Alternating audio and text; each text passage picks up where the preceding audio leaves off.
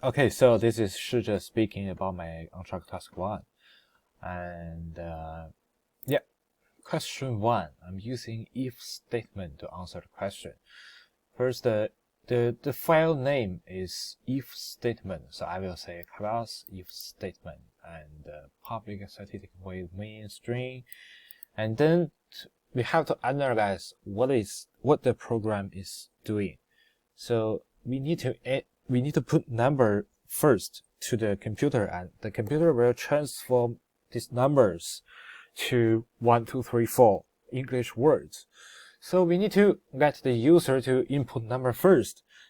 So this will come out a sentence saying enter a number in the terminal, and this is telling the computer to read what user entered and transfer what user entered to a number which is an integer, and this integer is called number.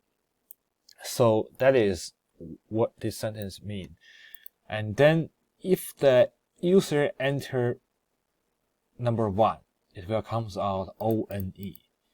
And there are 9 situations, so I write 9 if and else statements, 1, 2, 3, 4, 5, 6, 7, 8, 9, and it will comes out different numbers. But what if the user enter anything else, like 0, -5, 100, or letter A? So it will go to this line, console write line invalid number. If it is not these 9 integers, it will come out invalid number. But if I just enter the letter A, it won't come out because we cannot just look back this line. We cannot transfer a number, a letter A to an integer, because a letter is a letter and an integer is an integer. We can't transfer to each other. So that is my question 1 answer. And then let's go to question 2, which is asking to use switch statement. I'm using different methods like switch, number, case, break, and from first line to the 6th line, they are all the same idea. And for the rest of the code, it's just a different method. It looks clear and tidy, but actually the same, and invalid number all the same.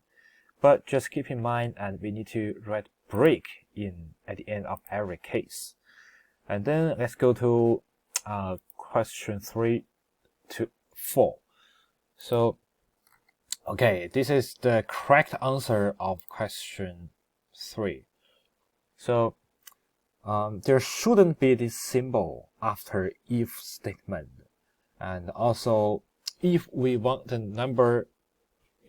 make sure the number is equal to something, we can only use 1 equal symbol. We cannot use 2. So we have to remove this equal symbol and this equal symbol to make sure it works. And then if the score is bigger than 40, there should be a small bracket, to be in the if statement, same as this one. And for this, we need a break. As I said, we need a break after every case.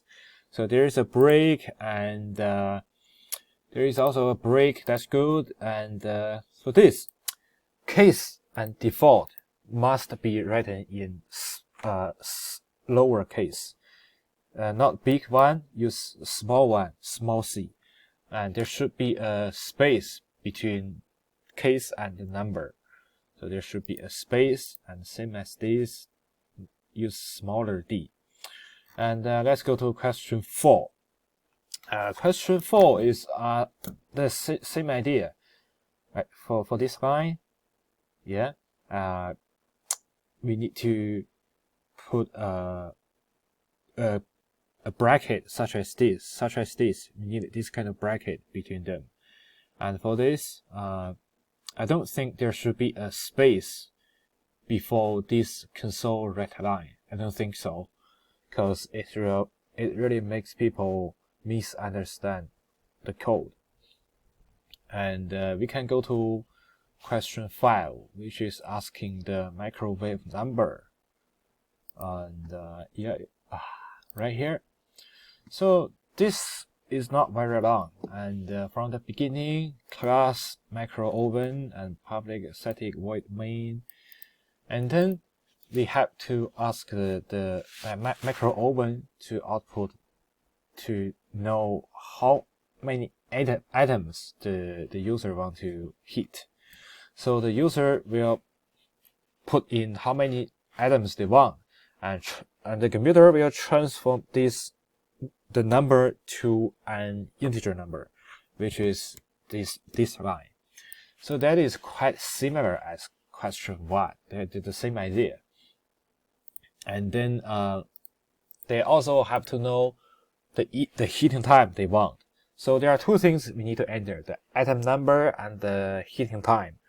So if the user enter 1, and the macro oven will come out 1 item is heat for time 4 minutes, and the time is this line. This means time, and this time is after calculated, and this is 2. Same idea. 2 items are heated for time multiple 1.5 as the question said. We need to times 1.5 to the heating time, and if the item's number is 3, and we have to multiply the heating time 2.